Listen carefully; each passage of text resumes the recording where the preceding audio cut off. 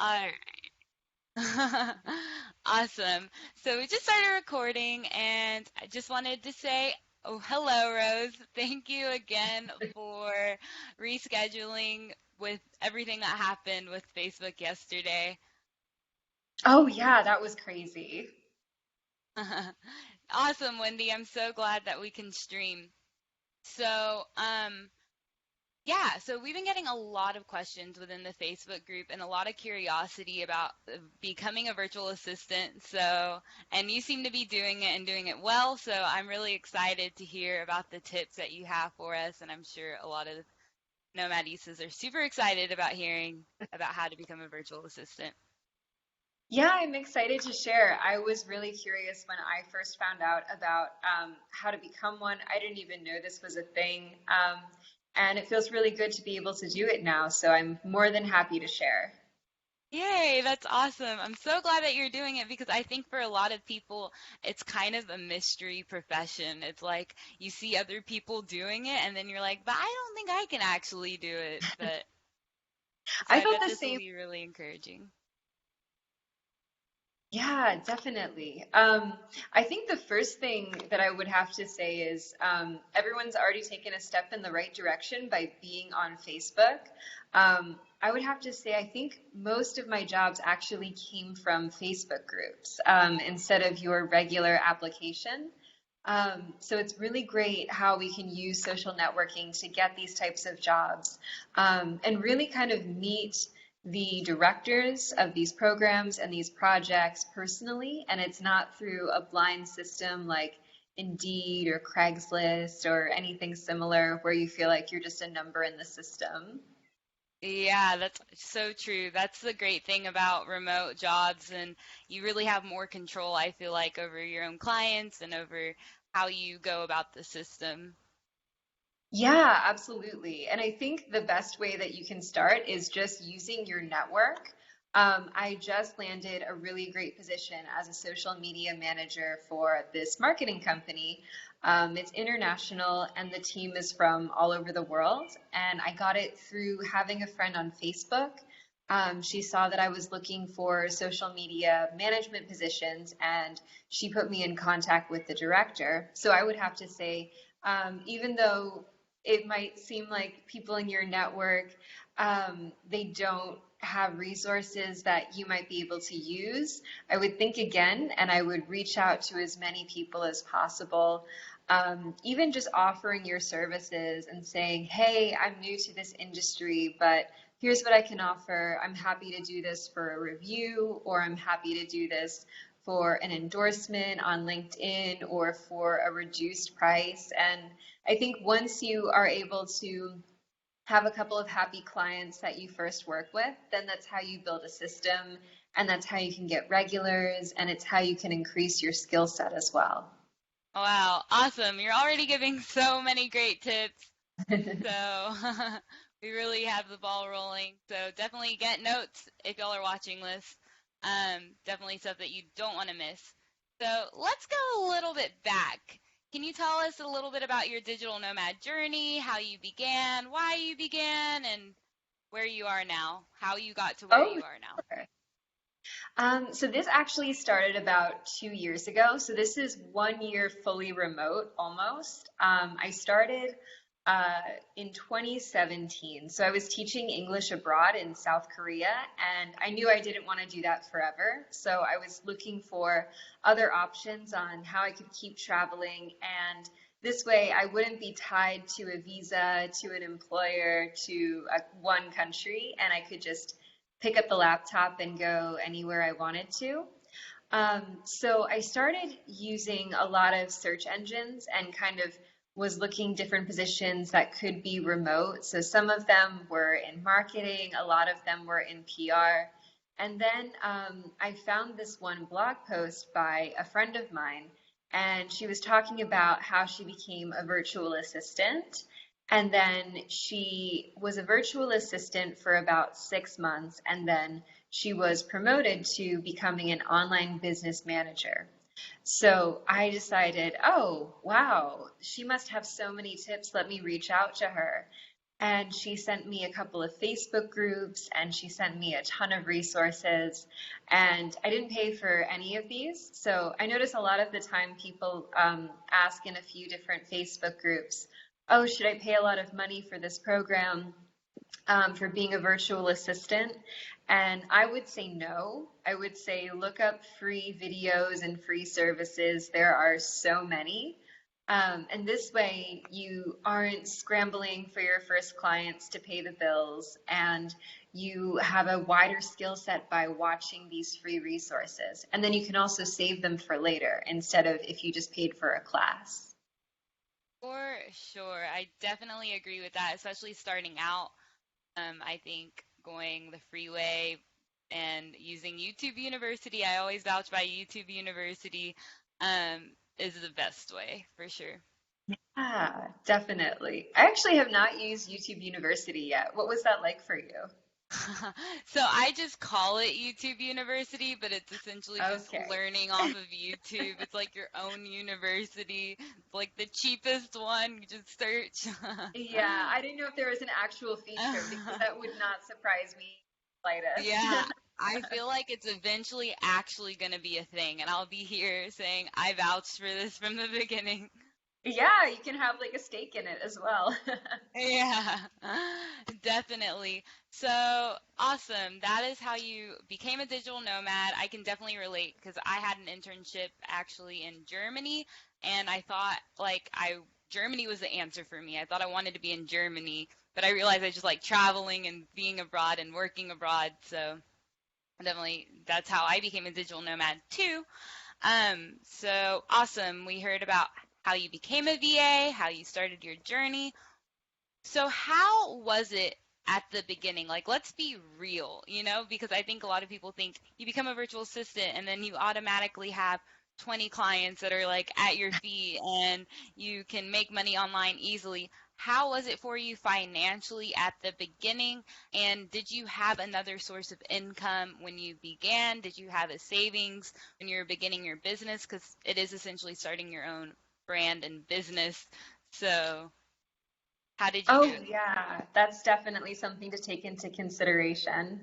So I was teaching English online with a couple of different platforms, and that with the cost of living in Prague, definitely helped with saving money, and it wasn't a problem. Like I wasn't panicking.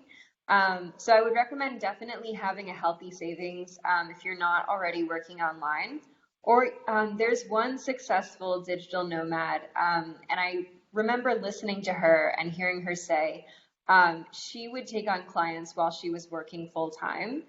She wouldn't, overwork herself during the week, but on the weekends, she would just go to a cafe for a few hours um, and work with the clients one on one. Some of them would just have like 5 hours a week, some would have 10, and they would just be smaller tasks that she was already familiar with, like graphic design and photo editing. So those are different routes that people can take. I would say there's no right or wrong route. I just remember thinking to myself, I don't want to be teaching English online next year. I want something different. I'm exactly in that same position right now. I teach English online, and I'm like currently my mindset is towards building my own business and brand. So, yeah, I definitely agree, though. I think that's something that people miss is like you can either have a savings and try it the digital nomad life with your savings, you or becoming a virtual assistant, with the savings that you have built up. But right now, while you have the safety and security of having a full-time job, of having a 9 to 5, make your digital nomad lifestyle start now by like taking on clients on the weekend, learning those skills on the weekend before you just jump in to cold water. Exactly. Exactly. I would, if I were to do it again, I would have started earlier when I had a 9 to 5. In this way, you're not sitting in front of the computer the whole time. I think that's one of the downsides. We have this kind of Instagram version of seeing the whole laptop at the beach, and that's really nice for maybe the first 2 hours. And then if you're working like a lot on a project, sometimes you're thinking, oh wow, I didn't really take this into consideration when I became a virtual assistant or a manager or any of those things. So I think that's why maybe the full-time job with working on the side is a little bit better if you're not used to sitting in front of a computer for a long period of time. If you are, then either way is fine. Yeah, that's so true. And you can't even see your laptop on the beach anyways. The sun's hitting your computer screen and It's a myth. the pictures are fake. Yes, they're after work. Definitely. All right, so what skills would you say that an aspiring virtual assistant needs to gain? What skills does it take to become a virtual assistant? I would say a lot of discipline because I think, when we realize the flexibility of virtual assistant positions, we can always say, oh, I'll do it later, I'll do it tomorrow, I'll do this task in an hour. And then you might be hit with 5 other tasks. So I would say that's probably number one, be able to like discipline yourself into getting things done right away. And then this way, if you're hit with a bunch of tasks later, you're not panicking or staying up all night because you take on this type of position to be able to travel and you don't want to spend, all of your time stuck in a hostel or stuck in your Airbnb. So I would say that's number one. The second one, I was thinking about this a little bit earlier, and I think being a VA and looking for positions is kind of like being a painter, where you're always trying to sell your skills and you're always trying to hustle and meet people who are kind of like patrons, like monthly retainers, regular clients that keep coming back to you. So I think I'm a really shy person. I blush when I talk to people. I get nervous all the time. And I think if you have that type of personality, being a VA is also totally fine for you. You just need to be able to hustle. And I think if you're shy and if you have a quiet personality, it's almost easier because you're behind a laptop screen. So you're sending in requests and pitching ideas through email instead of in a boardroom. So I think that's less intimidating, but definitely have that like hustle personality. And I think also you should understand that you can do this. Like anybody can do this if they really put their mind to it. It's not like, oh, this person went to school for this type of job, because I don't think you can go to school to be a VA. Like you can Yeah. study social management, but something with a VA, I guess, position you can't really study in school. Yeah, I completely agree. And I love your mentality on that about being shy, but you definitely seem to be a person that likes to take yourself out of comfort zones because you're currently like you're doing a live stream right now and you're doing great. So I think it really is just a matter of like taking yourself out of your comfort zone and really being okay with being uncomfortable about, reaching out to people and being confident about what you do and the skills that you have. Definitely think Yeah, that's definitely. crucial. Everyone's good Yeah. at something. And I think if you find that one thing that you're good at, like maybe you're good at taking pictures, maybe you love writing, maybe you're just really good at fixing things, then you can just keep pushing that skill. And it doesn't have to be something creative. You can be a VA for a law firm, you could be a VA for small businesses, you could be a VA for a couple of different schools. I think there was someone in our group who had pitched to one of her old, I think, professors or advisors at her university and got a position as a VA for one of her favorite professors. So So I think cool. I think that's such a nice story. So if you just have one skill, you can just first use your network, and then maybe if you can't find anybody in your network, which I don't think is possible, then you can turn to the Facebook groups. Or if you want to do everything at once, that's fine. You might get a lot of requests at once. Yeah. But yeah, I think there's like so many different ways to approach it, and I think everyone can be successful as a VA. Awesome. Thank you so much for sharing that.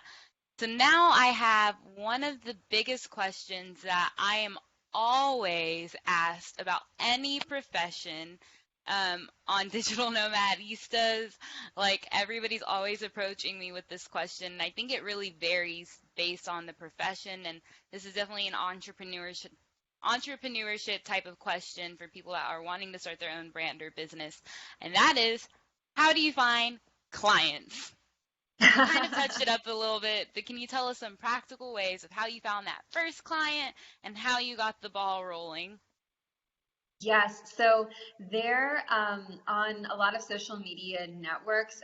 There are a ton on LinkedIn. Like if you research the LinkedIn groups, you can definitely jump in there. I would give a bit of advice when you first go on social media platforms for these different groups for becoming a VA or becoming a social media manager. There is a lot of competition, but just because there are a ton of people responding to a job opportunity doesn't mean you're not going to get it or that you won't be contacted, because it's the same exact thing in real life. The only difference is you can see the competition instead of just regular job sites. So if you join these groups, you'll definitely see like 10 or 20 people responding to one job op. But if you put in your name, your information, and your email, and you are tagging the person or the company that's offering the position, then you'll definitely be noticed. They will definitely email you. And as long as you're really informative, you have your resume nicely done, and you can kind of convey what skill set you offer, then I'm sure you'll definitely get at least one interview with them. Awesome. Thank you for sharing that. So, how did you find your first? 'Cause I think everybody's curious about the first. Like everybody's Oh, like, the how did I first get one. my first one? How did you get your first client? How did that go? How did it feel? Well, it felt really good. I'm trying to think of like who the first one was. Okay, so the first one that I found on my own, she actually contacted me out of the blue. I think I posted my service on one of the Digital Nomad groups. It was kind of like, I think there was a post that said this group will be closing. Please list your services and the skills that you offer over here. Nice. And it was really weird because it kind of defeated the purpose of closing a group. But the lady saw my services that I had put on there and had contacted me out of the blue and said, "Hey, can I get a few hours out of you? How much do you charge per hour? What can you do for me?" And we started talking, and I think maybe 20 minutes later, she said, "Okay, I want you. I want to book you." And it felt really good. Wow. So that was really nice. And then there was a couple of other little postings that weren't getting a lot of attention. There's this other client that I have. She's kind of in the new age field, and I know a lot of people either love it or they really don't want to be a part of it.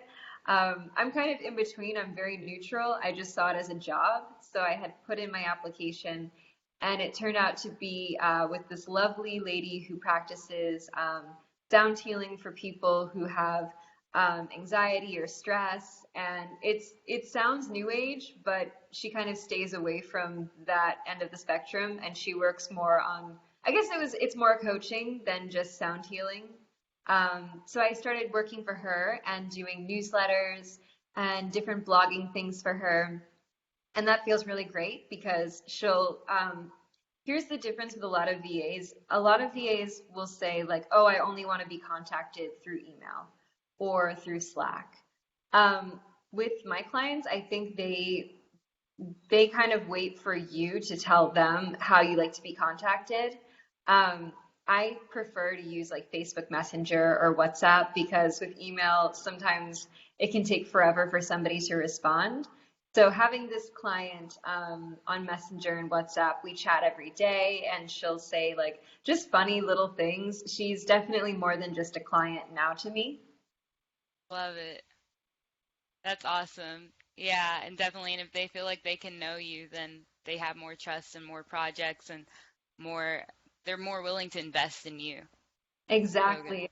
You're not just a robot that like puts out a report for them. You're somebody that they've spoken to, they've had coffee with, they've discussed their like biggest goals with you. And I think it's kind of like a risk. It's almost like um, when you're presenting an idea to a boss or to a company. That's kind of how clients feel about you, I think, because they're sharing what their goal is, and it's kind of up to you if you want to take that position.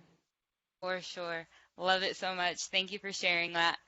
Um, so I have a question. So let's say I just sat down here at my desk. This is my first time ever. But I've already like analyzed the skills I have and I'm ready to start this virtual assistant thing and get my first client. What would be the first step that you would take?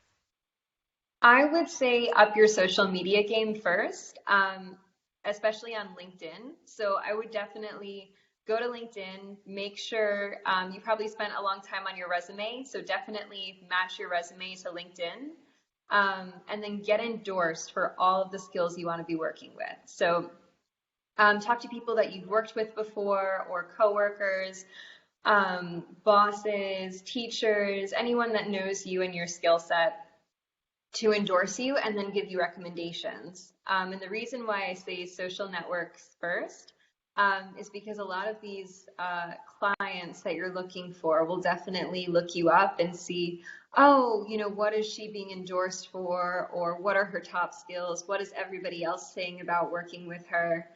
And if they see that you have really glowing recommendations and you have a lot of endorsements, or you've done a really great job on your LinkedIn page, then they'll definitely think highly of you. So that's number one. And then the second one, after you've made your LinkedIn page look really nice and professional, then I would start emailing and messaging different, kind of like cold calling almost, different people, and say like, hey, I've just started my VA journey.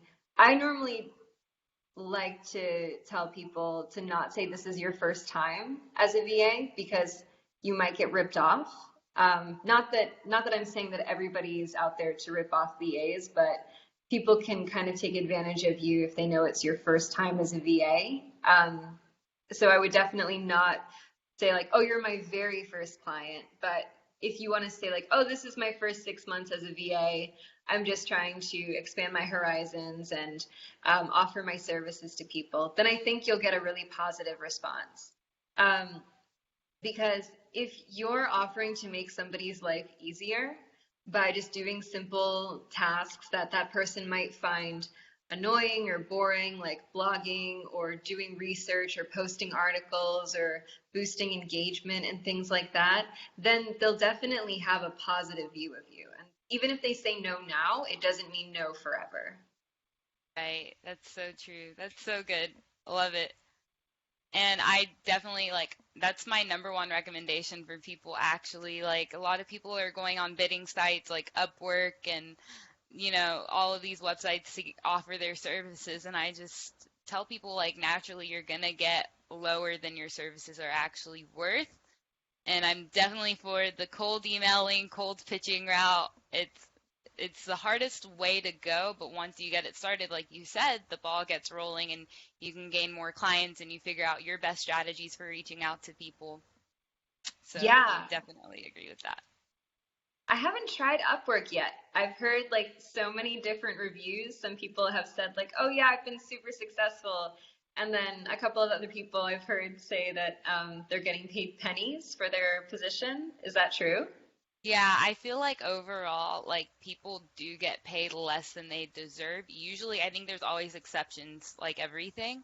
But I do vouch for it for people that are like, I want to be a digital nomad, and they don't see that there is even a possibility of making money online. So I really vouch for it in that instance because I want people to see that it is doable. And so using bidding sites are just like I feel like they're the easier way of going about it. And if you can see any money rolling in, I think it gives you the confidence to like keep going. So I'm not totally against Upwork, but I definitely think that cold emailing, cold pitching, when it comes to building your own brand and business, is way more effective and you get paid way more and you can make it more sustainable than using bidding sites and getting little clients here and there. Exactly. And then also, I completely forgot to mention this, but referrals are also great from people in that you're cold pitching to. Maybe they're saying no, but they have like 4 or 5 friends that you can contact, and here's their email, and they might even introduce you. Like there was one of the positions that I have now was because a friend had introduced me to someone that she was managing a business for. She's their online business manager and said like, oh, I noticed that you need a social media manager because so and so is leaving. Here is my friend. She knows how to do this, this, and this. Let me introduce you through email, and then you can take it from there. Love it. That's such a good tip right there. I never even thought about that. That's a really good way to go about it. Thanks for sharing that. Yeah, of course. Um, so what are your working hours like? I know the digital nomad lifestyle, you kind of have inconsistent hours, but overall, like what would you say your working hours are like, and about how many hours per week do you say you work, if there So even is an average? yeah, I think that's hard. So one of the things that a lot of VA clients love to use is this. I think it's more of a website than an app, but it's called Toggle. So this is really great when you want to record your hours. If you are a VA and decide to be paid on an hourly basis, then you can track the hours that you worked during the week, and then of course the money that you're owed by your client, and then you can record yourself how many hours you're working, and what type of projects are taking the longest. So for me personally, I love working. So I think I work a little bit more than average. But I would say if I wanted to scale it back, I would probably just have a regular 9 to 5, like with working time. So maybe get up a little bit later than a lot of commuters, go get some coffee, and then sit down. I love to just kind of make a list of everything I need to get done that day. So if I need to call somebody or if I need to go to a conference through Zoom, then I would definitely start with those and then put all the tasks around them. And then if you really need a break in the middle of the day, like if you're a VA, you'll probably be doing a lot of writing. So you might get writer's block. And if you do have that happen to you, you have the opportunity to schedule your own break and go outside, go for a walk, see a friend, and then come back and do the work later. So I think for most of the assignments, it's up to you. But sometimes you might get a client that needs certain things scheduled or needs you to be available for phone calls and things at certain hours. So I would take that into consideration with each client that you interview, to definitely ask like, oh, what's the average workload like? What specifically are you looking for me to do? Can I do this from a cafe or a working space? Yeah, I think that's kind of how you can determine your hours. And then of course, you also have the benefit of scheduling your own vacation time. So that's something that's you're responsible for, but if you're good at kind of managing your time, then you can make it really benefit you. Yeah, love that. I think there's always, with the digital nomad lifestyle and with working remotely, even if you're employed by another company, it's such a unclear answer when it comes to that. Really true. Oh, It's awkward, but you'll eventually kind of get a system in place after the first couple of weeks. yeah, for sure. All right, so I'm going to go ahead and open up the room for any questions y'all have while she answers the last question. So if y'all have any questions to ask her, definitely put them in now while we still have her. Um, so my last question is, what would you say the first 3 steps an aspiring VA should take are?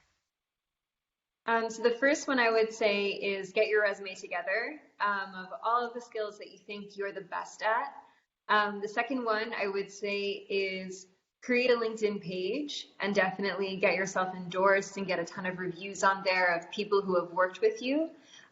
This way it's a little bit faster than if people are asking you for recommendations. You can say, oh, just go look at my LinkedIn page and you can contact so-and-so who has worked with me before.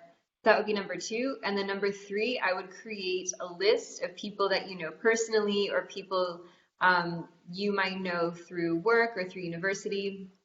And then you can kind of get their email addresses and their Facebooks and then contact them offering your services. Awesome. Those are such great tips. So hope people took notes of that because that's really important. So I have one question by Sabrina Wilson, and she asked this a while back. I don't know if you know the answer to this, but I'll go ahead and ask. If you don't, that's okay. What would you say is the most useful social media platform for promoting your travel blog? Oh, promoting a travel blog. I would probably say it depends on who you're promoting it to. If you're promoting it to other bloggers and trying to network, then definitely Facebook because there are a couple of different Facebook groups for that. So I'm not a travel blogger, but from travel blogging friends, it seems to be like their first point of contact. And then the second one, I would say probably Instagram, because this way you can connect with other people who are maybe in the same industry as you, and you can start a conversation through there. For sure. Those are good answers. I agree with that. I travel blog myself, and I definitely agree. But also, Sabrina, if you're trying to get a lot of traffic in, long-term wise, SEO is your way to go. Short-term wise, Pinterest. Get on Pinterest. That's definitely a great way to get traffic into your travel blog. Awesome. Well, I think that was the last question. So thank you so much, Sabrina, I just answered Sabrina Rose, for coming in to this live stream and rescheduling. I really appreciate it so much. Yeah, no Um, problem. yeah. So do you have any websites that you want to go ahead and give out right now? Any links that we can find you on, or anything that you like to promote right now? Oh, I don't really have a website right now because it's currently under maintenance. But I'm on Instagram if any of you want to connect on there. It's just the Rose Lavelle, all one word. Awesome. Thank you so much again, Rose, for this live stream. I really appreciate it, especially with your flexibility. Oh, thank you for the invitation. Thank you for having me. All right, awesome. Well, I'll see you later, Rose. Thank you so much, guys, for watching this. We'll have it on replay so you can watch it again. And Rose is in our Facebook group, so if you have any questions, she's there. Thank you again and have a great well, it's evening for me, morning Morning, for you. evening I for was you. thinking, well, happy 4th. I just realized Thank you. Happy you're also 4th on to you. Friday. Thank you. Happy 4th abroad. Yes, definitely. You as well. Bye, Rose. Bye bye.